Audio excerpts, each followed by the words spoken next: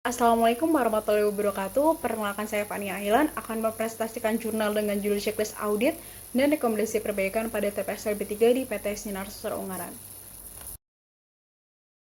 Masuk ke pembahasan yang pertama adalah latar belakang. PT Sinar Susur Ungaran merupakan perusahaan yang memproduksi tes siap minum dalam kemasan botol. Salah satu keluaran dari hasil proses produksinya adalah LB3 atau limbah bahan berbahaya dan beracun. Sebelum LB3 diserahkan kepada vendor untuk dikelola, terlebih dahulu LB3 akan disimpan dalam TPS atau tempat penyimpanan sementara. Permasalahan terjadi di sini adalah pengelolaan TPS LB3 di PT Sinar Susur itu belum dilakukan secara maksimal karena terdapat beberapa kondisi yang belum sesuai dengan ketentuan dan peraturan yang berlaku. Seperti misalnya yang pertama, terdapat tempat penyimpanan kemasan LB3 cacat, lalu yang kedua, belum dilakukan pemberian label dan simbol pada kemasan LB3.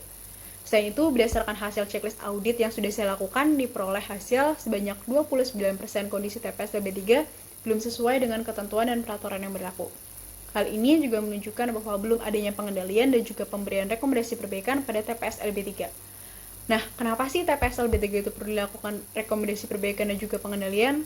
Karena jika mengacu pada penelitian tahun 2019 dan 2020, diketahui bahwa LB3 merupakan salah satu keluaran hasil produksi yang bersifat berbahaya dan beracun, sehingga mampu menimbulkan dampak negatif bagi lingkungan. Untuk itu, perlu dilakukan proses identifikasi dan juga rekomendasi perbaikan pada kondisi TPS LB3 di PT Sinar Susur Ungaran.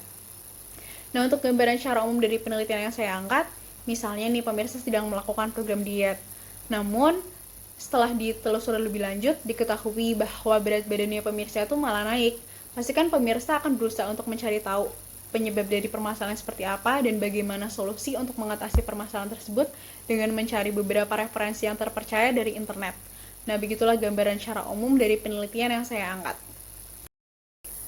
Hal yang saya lakukan pertama kali dalam penelitian saya adalah yang pertama melakukan checklist audit TPS LB3, di mana untuk checklist tersebut saya susun berdasarkan ke 6 referensi dari peraturan menteri.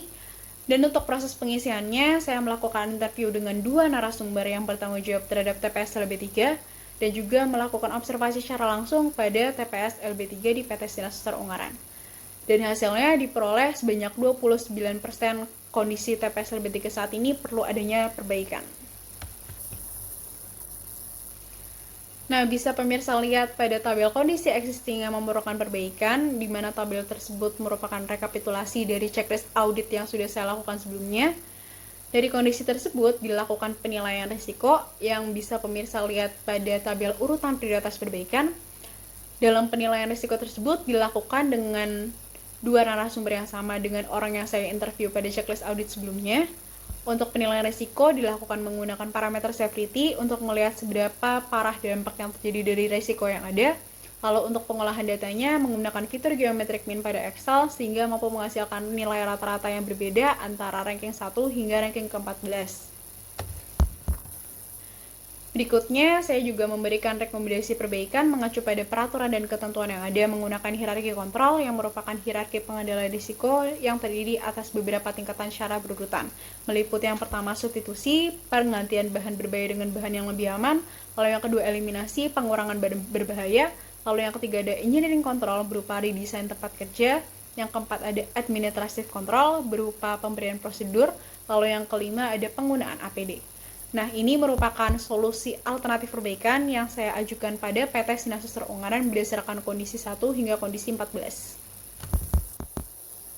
Dari rekomendasi perbaikan tersebut, dilakukan penilaian risiko dengan narasumber, parameter, dan tata cara pengolahan nilai yang sama pada penilaian risiko kondisi existing. Nah, kenapa sih penilaian risiko itu dilakukan 2 kali? Hal ini dilakukan untuk membandingkan tingkat rata-rata risiko antara kondisi existing dan juga rekomendasi perbaikan. Bisa pemirsa lihat pada rata-rata di rekomendasi perbaikan itu memiliki nilai rata-rata yang jauh lebih rendah pada kondisi existing. Nah, tingkat penurunan tersebut juga bisa didukung melalui grafik ini, di mana untuk grafik kondisi existing memiliki rata-rata 0 hingga 7, lalu untuk rekomendasi perbaikan memiliki rata-rata 0 hingga 4. Hal ini menunjukkan bahwa rekomendasi perbaikan valid untuk diimplementasikan karena tingkat risikonya itu sudah berkurang secara signifikan. Sekian presentasi dari saya, mohon maaf apabila ada kekurangan dan kesalahan. Wabillahi taufiq wal hidayah. Wassalamualaikum warahmatullahi wabarakatuh.